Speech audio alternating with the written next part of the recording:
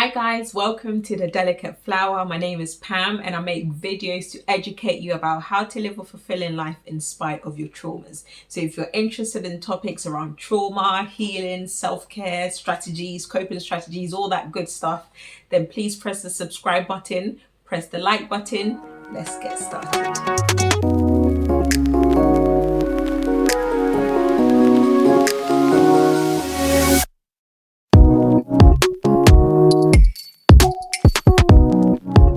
So as you can tell by the title, I'm covering a very difficult and sensitive topic today. I'm going to be talking about abortions and complicated grief. Earlier on in this week, I read an article that said about 1 in 3 women at some point would experience an abortion. Now, this is quite a very high, significant number. And over the years, you may have seen some protests around abortions, a lot of legislation changes in various different countries about whether or not it should be allowed or it shouldn't be allowed.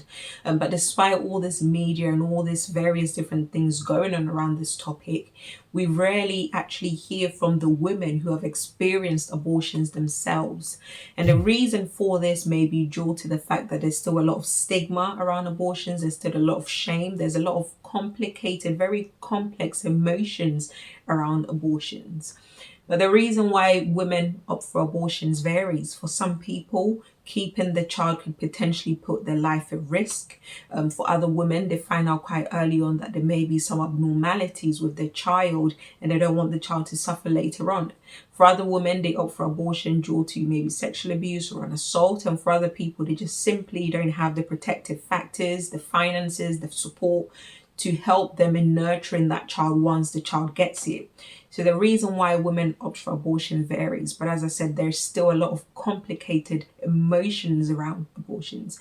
For some women, they experience regret. For some women, they feel shame. For some women, they don't even know if I'm allowed to grieve. Am I not allowed to grieve? It's a very, very complex matter. But what I'm hoping to do in this video today is to share 3 suggestions to help any woman who has experienced an abortion in hopes to not only encourage you, but also to support you in your journey to recovery. So, tip number 1, I'm talking about considering getting a memorial plant. Now there's various different type of memorial plants, from roaring trees to oak trees to olive trees, and what it really is that it symbolizes life, a lasting life. Having a memorial tree allows family and friends a place to go to feel close to the person whom they've lost. Now if you've got a garden, you can plant this in your garden, you can personalize this, you can have your partner, your family around the time where the abortion took place. This is a place for you to be, to reflect, to think about things, to feel close to the lost child. If you don't have a garden, you can consider planting a place that is of quite high significance to you, perhaps a certain park or a certain forest that you go for walks in, just to have that lasting symbol of life. So a memorial tree is definitely something that I recommend for any woman who has experienced an abortion. Tip number 2, or suggestion number 2, is self-care and self-compassion.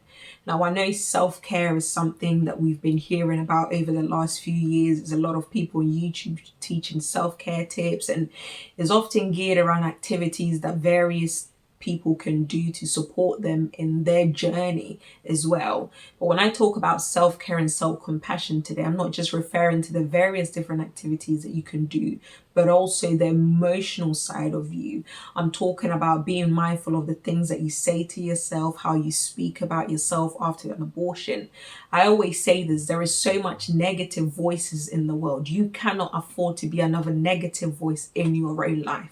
So part of self-care looks like being nurturing. It looks like being mindful of your thoughts, watching your thoughts that pass by, being kind to yourself alongside those various different activities that you can do. Of course, part of self-care and self-compassion also looks like seeking out therapy. Therapy is a great way to be able to talk through some of these complex emotions, some of these ruminating thoughts that often comes in your mind, these intrusive thoughts that can make things very, very difficult and complicated, getting therapy and having somebody who is trained within this field can often help you either come to a place of acceptance or come to a place whereby these complex emotions don't intrude in your life as much. So that is the second suggestion that I'll give to any woman who has experienced an abortion. The third suggestion I'll give to any woman who has experienced an abortion is reflection and journaling.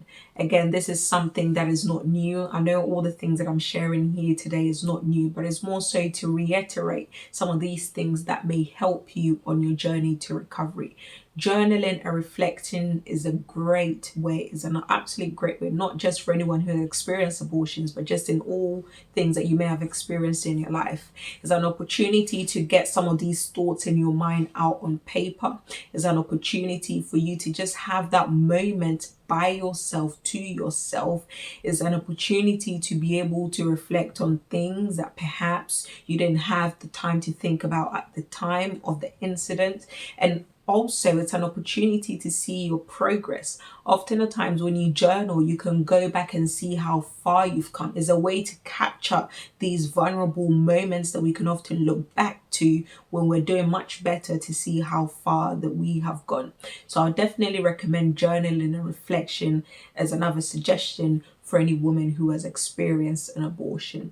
So these are my 3 things that I would like to share with you all. Once again, thank you so much for watching this video. Please press the subscribe button, like this video, and I've also left some resources of organizations based here in the UK who support women who have experienced an abortion. So thank you so much for watching, and I'll see you in my next video.